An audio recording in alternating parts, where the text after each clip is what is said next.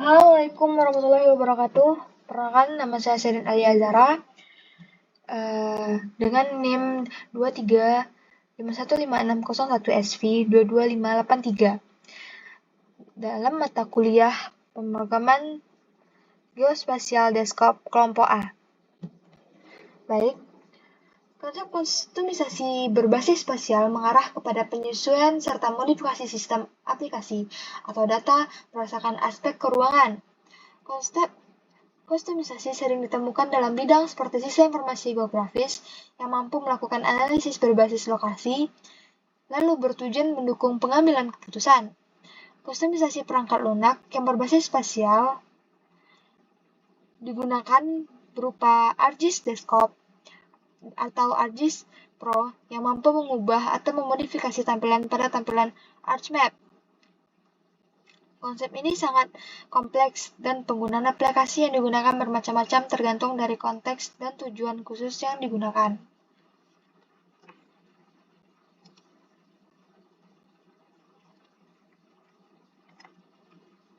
Level kustomisasi terbagi atas 3, yaitu basic usage atau penggunaan dasar, terdapatnya pemakaian fungsi dan fitur standar yang telah disediakan oleh ArcGIS. User dapat melakukan kegiatan seperti visualisasi data, pembuatan peta, dan analisis dasar, seperti memodifikasi titik, garis, atau area pada suatu data. 2. Advanced usage.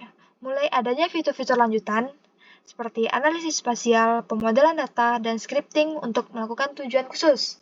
3. High level customization. User dapat membuat dan mengembangkan alat masing-masing dengan memanfaatkan pemrograman seperti Python atau .NET yang bertujuan untuk memenuhi kebutuhan spesifik individu.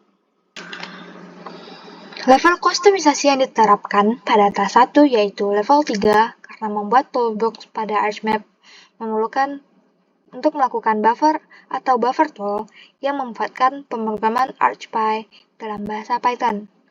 Dalam melakukan tahap 1, harus membuat folder baru, toolbox Python, serta memerlukan pengaturan geoprocessing dengan memberikan editor untuk melakukan buffer yang nantinya mampu menjalankan tool yang dibuat.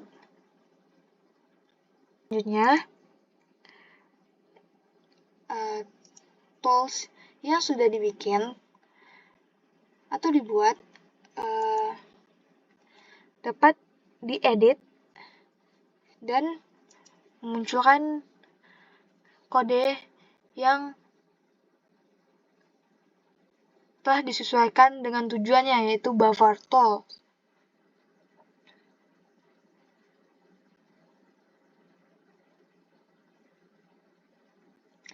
Pada paragraf pertama, kelas toolbox object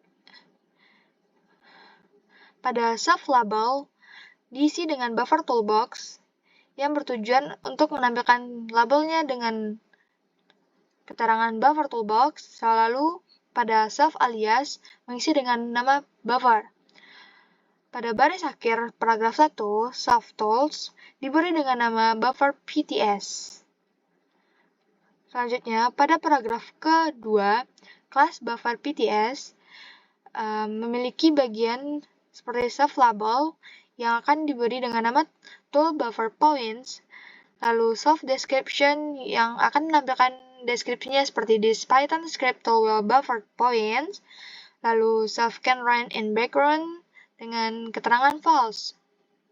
Pada paragraf ketiga, yaitu parameter info, mengisi param atas dua jenis, param 0 dengan ArcPy parameter dan namanya parameter 0, display name-nya dengan input feature class, lalu parameter type-nya required, lalu direction input, data tipenya dengan feature layer, lalu param pertama dengan nama parameter 1, display name-nya dengan input buffer distance, yang nanti akan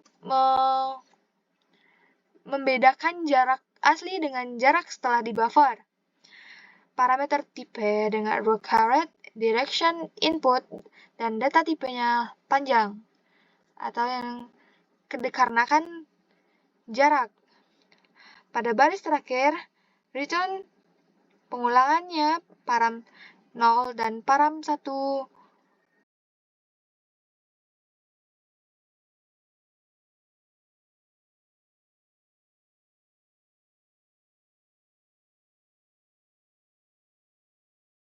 Bentuk hasil tampilan dari tool buffer point yang telah dibuat menggunakan bahasa Python ArchP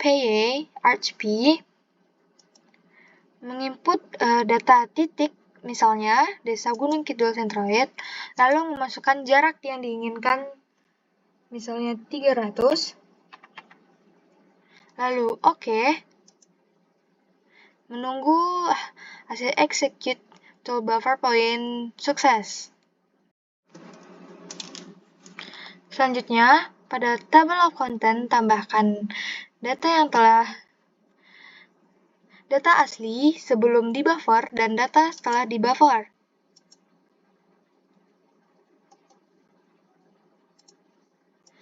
Ini merupakan data sebelum dibuffer dan ini merupakan data yang telah dibuffer dengan jarak 250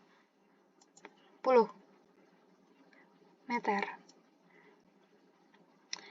Dan ini perbandingan dengan buffer dengan jarak 300.